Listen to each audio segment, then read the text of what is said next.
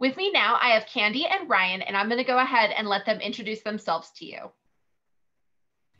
All right. Well, thank you. First off, thank you for having us. My name is Candy Buck, and I've been involved with the Halloween haunt industry for most of my life. My father got me into the love of Halloween. He was a school teacher, and he used to build haunted houses for his students, and so I used to go help him with that. I remember the first haunted house I built was for my friends in my grandmother's backyard when I was 8 years old. I've come a long way since then, I promise. But yeah, from there, my love continued, designing and creating these places to scare people. It's always so much fun. And I worked for Medieval Times, and so I took over their haunted castle for about 3 years, which was fun. Getting to scare people so much that they would cry in the courtyard before going into the show.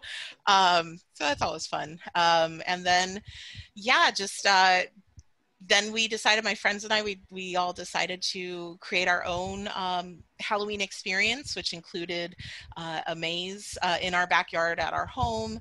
We did a big carnival out front with games for kids. We gave out full-size bars. We usually had about a cast of about 20 to 30 volunteers.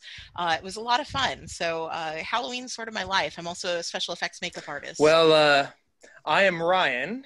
I have been involved in the haunted industry since I was about 18 years old. My first job ever was at Not Scary Farm, being one of the maze talents, as my official position was. But much like Candy, I was inspired by my, not by my dad, but rather by my uncle, who is a big Halloweenie, as it were. He liked to decorate his front lawn, and actually worked at Not Scary Farm as well, predominantly to obtain free tickets. But over the course of my life, I got a job at Medieval Times, where I incidentally met Candy, and the rest is history, as they say. I joined in with her, and we started our little joint venture here, or I should say little collective, Cornelius Cobb's Carnival of Dreams, and have been plugging away with that since. Candy, Ryan, I love the fact that Halloween for you is both something that's important to you because of people in your lives and your family, and it's this tradition that's ongoing. Candy, I love that you made a maze when you were 8 years old. We have a lot of 8-year-olds here right now. Do you have any advice for 8-year-olds to create their own maze? Well, don't be afraid to use stuff around the house, as long as you get permission. That was the big thing. Luckily, my grandmother was like, yeah, go for it. But yeah, we would use, it also helped that my father did haunted houses, so whatever he wasn't using in his, he'd be like, oh yeah, here's this severed head prop. Go ahead and use that. But I would use things like, red Kool-Aid for blood, or I would use makeup on my friends to try and make them look dead, or things like that. And we made our parents walk through it. And so I would just say find stuff around the house. The big thing, and I still use this today, is pick a theme. Pick something you want it to be. Do you want it to be about ghosts or zombies? If that's the case, then do it. If you want it to be about vampires, then find stuff around the house that could make a scene that looks like vampires. It's kind of what I would recommend. The projects that you're working on right now really stemmed from a Halloween home haunt that you guys started back in 2013. Can you tell us a little bit about what that home haunt used to look like back when it first started? 2013 was our first year at the home that we all lived together, and we all loved Halloween, and so our friends, collectively were like, we're a bunch of artists, let's do something. And so the first year we didn't even create a maze. We did more of just kind of a display, and then we'd wander the streets as characters and try and get people to come in. And so that first year was very different. It was more of a static kind of a display.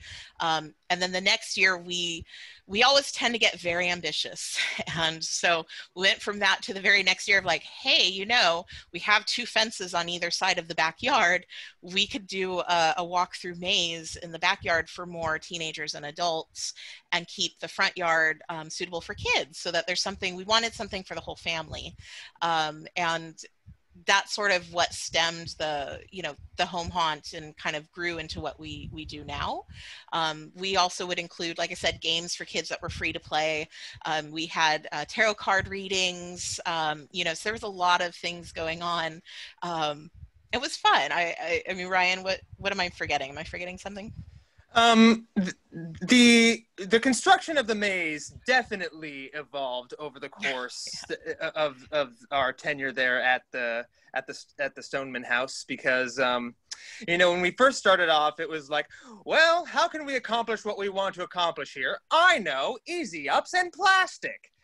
And so, you know, the first year was pretty ramshackle, but you know, the maze definitely rattled like a shopping bag, but you know, it still scared people. You know, you'd be surprised how much of a suspension of disbelief there can be when you put people in a mask and just dim the lights a bit. But you know, eventually we were like, well, obviously, you know, this is unsustainable. You know, our maze is getting blown away by the wind. We need something more stable. So we decided, you know, we need to put, you know, wood here. You know, there needs to be wooden walls. How are we going to do that on sand? You know, I've heard a lot of quotes about how wise it is to build upon sand. So, you know, for the next couple of years, we inserted stakes into the ground and built walls around that. And that worked for the singular day that we were open for for business, or at least for Halloween, because, you know, structural engineering is definitely a thing that you have to bear in mind. So we realized that just stakes in the ground isn't enough. You need actual braces and supports to keep things up. And so as time went on, our construction methods steadily improved to account for our deficiencies in architectural knowledge. So a lot of using the scientific method, right? Of building something, trying something, seeing how it works, analyzing it, realizing maybe this doesn't work, and finding ways to improve upon it and make it better and more sturdy, right? Absolutely. Right angles and triangles are your best friends for construction. So tell me how this home haunt evolved into a larger haunt in Anaheim that was up the past couple years and would have been up this year had there not been COVID, but we'll definitely hopefully be back next year. Let's talk about that. So yeah, it's a very interesting question. We outgrew the space. You know, a couple years ago we started Cornelius Cobb's Carnival of Dreams, Carnival of Dreams for short. But yeah, so we started that, and it just outgrew. It just was getting to be too big a hassle for our neighbors. You know, parking obviously on the street. There were so many people by the time we were done. Or our last year there, we had, you know, just one night, and we were only open for about 4 hours, right, Ryan? About 4 hours. Yeah. Yeah, we did all this work for such a small amount of time, but we had over 1,500 people come through on the last year, and we just realized, you know, this is getting a little out of hand. So we realized that you know, Mr. Cornelius Cobb needed to move his Carnival of Dreams somewhere else, and so we started looking. We started seeing, you know, where we could end up, and I reached out to the Anaheim Fall Festival, which has been around, oh my gosh, since the 20s. But it's this adorable little festival that they do, and everything's like vintage themed, which the Carnival of Dreams is a vintage carnival. You know, we wanted it to be like a Depression era carnival. And so it just fit naturally. They had a haunted house years ago and they stopped doing it. And so I just reached out to them and said, hey, you know, we have this. And we were able to get a storefront on the street in 2018, and it just, yeah, it worked. And then last year we did more of like an immersive show and a stage show with them, because we couldn't get a space for the maze.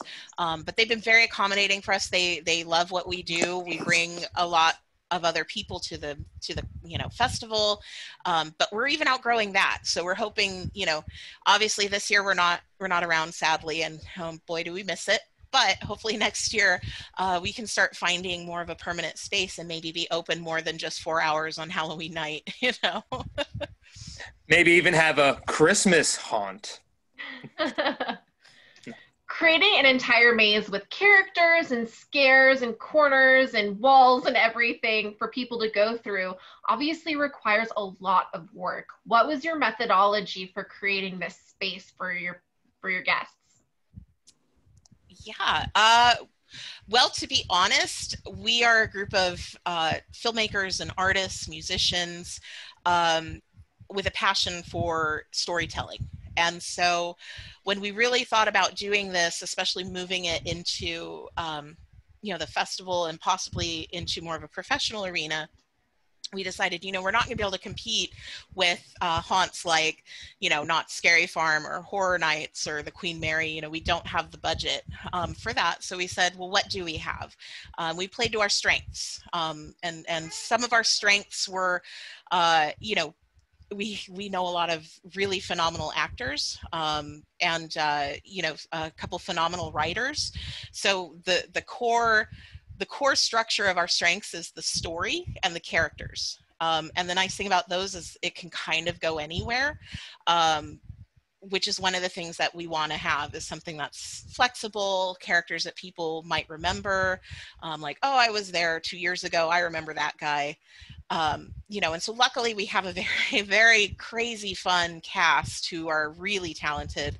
But the other thing we have is backgrounds in theater and film. So we have people with they know how to light a scene. They know how to use lighting to create a mood. And so as soon as you walk in, you're instantly, I know how to feel because of the lighting. Same with the sound. Ryan can get into that. And well, I was going to say, in addition to that, I would say there's also the ability for these people with their talents to be resourceful. If there's an effect that's not working, or if there's an effect that's too expensive, we have the capability of saying, how can we accomplish something similar without having to break the bank?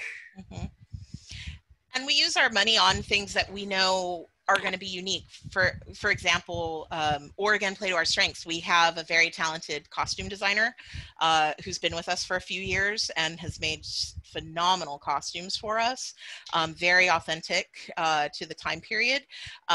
We have a team of makeup artists that I head up, but have steadily grown.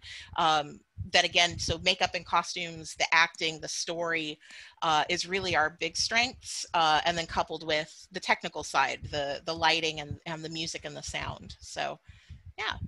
Tell me a little bit more about the technical side of how you create this scary ambiance so people know as soon as they walk in the door how to feel and what to expect.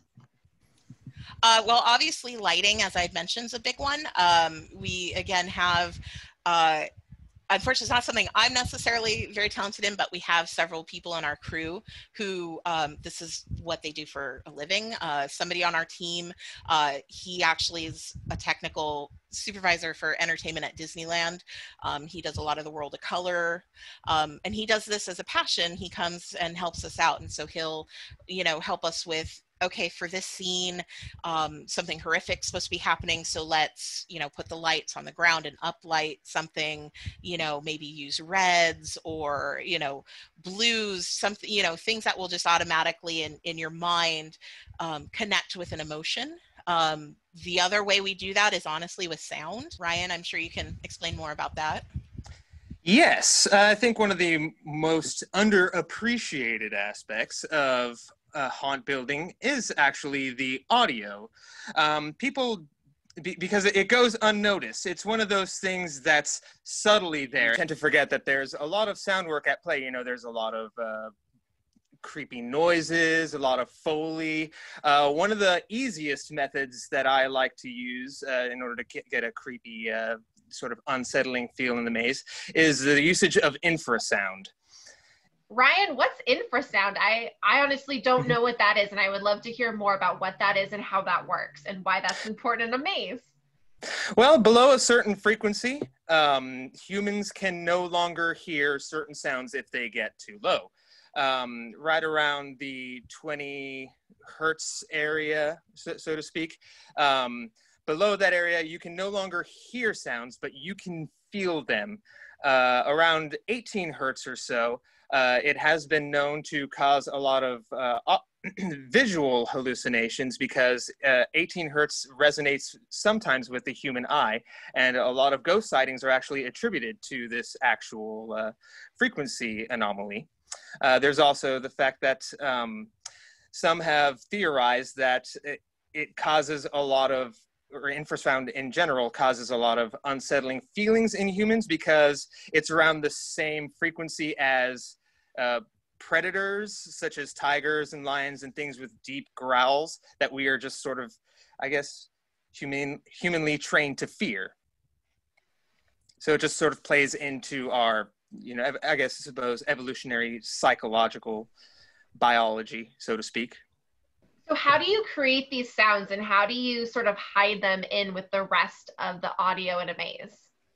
Well, the good thing about hiding it in, you don't have to hide it in. Since it's infrasound, it's technically imperceivable to the human ear. So you can put it as loud as you want and you won't be able to hear it in the mix. It's going to be buried. You can feel it. You can't hear it. I think it's really interesting that you're using sound to kind of create this feeling of discomfort in the maze.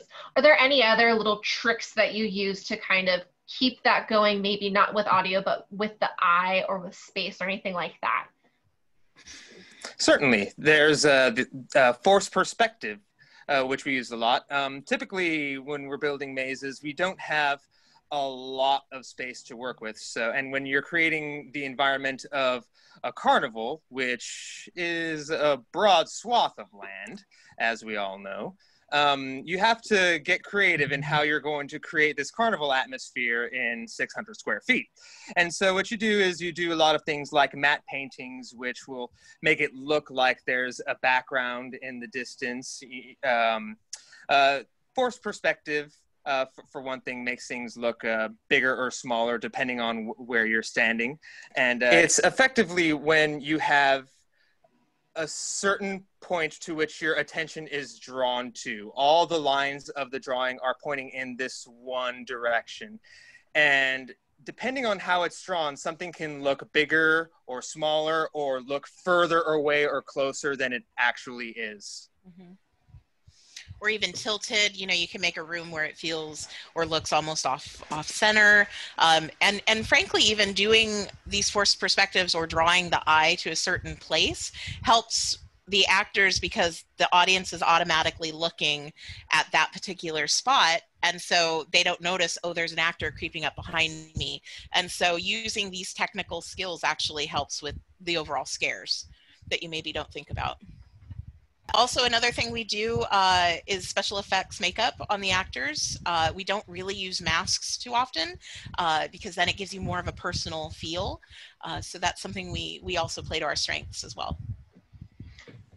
Candy, can you tell me a little bit more about what your special effects makeup includes for your actors? Absolutely. Yeah, so Cornelius Cobb's Carnival of Dreams in particular is interesting because there's a lot of factors in the makeup in general. It's a vintage carnival, so we look at period style makeup, so that requires a lot of research. We're also, this is a carnival of dreams, so things could be exaggerated. So that may require drawing certain lines on the face to make the face look longer, make it look shorter, using shadows and highlights to sort of distort the face, which is again another optical illusion. We also use prosthetics. So for example, we had a character this last year that was an animal-human hybrid. And so it was, a cat prosthetic. So it was a nose and I think a forehead piece, and then was painted to look like a, like a cheetah. And so, different elements to sort of bring out a character. And so it's a lot of fun. Theater makeup is a huge inspiration because obviously these characters are supposed to be circus characters, stage characters. So we actually go and look at a lot of vintage plays and how their makeup was, or a lot of vintage clowns, things like that. So you mentioned prosthetics. Do you create a lot of prosthetics for this event? So the last couple of years, not as much, just because we have such a limited time to get an entire cast. If you can imagine, we have a cast last year, we had, I believe, 35 cast members that we had to get ready in the span of about 4 hours. Now that sounds like a lot, but a prosthetic alone to paint and get it all on correctly can take about 3 hours by itself for that. So we didn't use too many prosthetics this last year, but that's the goal for future. I have a very, very amazing makeup team. And so our goal is to start using prosthetics more. And the nice thing about that is we're gonna actually build our own prosthetics instead of using store-bought, which is exciting. You said a lot goes into making a prosthetic. What does exactly go into making a prosthetic? Yeah, so makeup is interesting, especially when you start getting into the special effects side. It's not just the artistic element. There's a lot of scientific, it's really chemistry is really special effects makeup because you have materials that if you don't measure them out correctly, it's just not going to work. It's going to fall apart. And then all that time was wasted. You also can burn skin if you use the wrong materials. For example, you have to, if you're designing a prosthetic for a specific actor, you're taking a cast of their face. So you're taking an impression of their face, and you use a material called alginate that is safe to use on the face. You don't want to ever use plaster. So any of you at home trying to be makeup artists, don't use plaster on skin. It's going to burn. So safety first. But yeah, so you do that, and then you use clay to kind of create, you know, the whether it's a new nose or a whole face piece, a chin, whatever it is, but that's going to fit directly to that actor, and that's why you want to do, or that's what helps with actually creating the face mold. And from there, you mold the, you take your clay, and then you use basically a cement mixture to create a mold of that prosthetic, and then you can pour in either silicone or foam latex. So there's a lot of steps to creating prosthetics. A lot of trial and error. I got to tell you, probably I get very excited still when one turns out good. It's like, oh yay, the edges are not horrendous, or oh, it didn't rip coming out of the mold. Especially if you start getting into prosthetics, it's very frustrating because one little thing, if you don't mix something correct, and it's all gone. So it's a lot of chemistry involved. Unfortunately, Cornelius Cobb's Carnival of Dreams is closed this year, but I'm sure there are goals to open next year. What's for the future for good old Cornelius? Well, Mr. Cobb is very excited to try and grow the carnival. Basically what we're going to be starting to look for is more of a as I had mentioned earlier, a permanent space, semi-permanent space. What I mean by that is somewhere where we can be set up for, the bulk of October, and hopefully we can be open for multiple nights as opposed to just Halloween or just at the Fall Festival, because it is a lot of work for only, to only be open for a couple hours. So we're hoping to be able to bring something unique and different to Orange County, and that means we're going to continue with our maze that sort of disturbs you, feels like a nightmare, but we want to create a whole world. Candy, Ryan, thank you so much for being here. Is there anything else that you want to let our viewers know? Yeah, well, first off, thanks for having us. And really, honestly, this is a passion project, so we're always looking for more people to join us. Obviously, we have, all kinds of actors and, costume designers, so we pretty much have a job for anything that you're doing, especially those of you that are into tech and science, and we could always use more people to help us come up with ways to set the mood, via effects, or people who also can offer creative solutions and creative alternatives to problems that we're having. Curious and bright people are always in short supply. Absolutely. And we can always use them. Absolutely. So for those of you out there who are curious and bright minds, we're going to go ahead and throw up the information right now for Candy and Ryan and for Mr. Cobb's Carnival of Dreams. So be sure to take a look at what they're doing, get more information, and reach out to them if you're interested. We really appreciate you guys joining us today. Thanks so much, and enjoy the rest of the show. Thank you for having me. Thank you.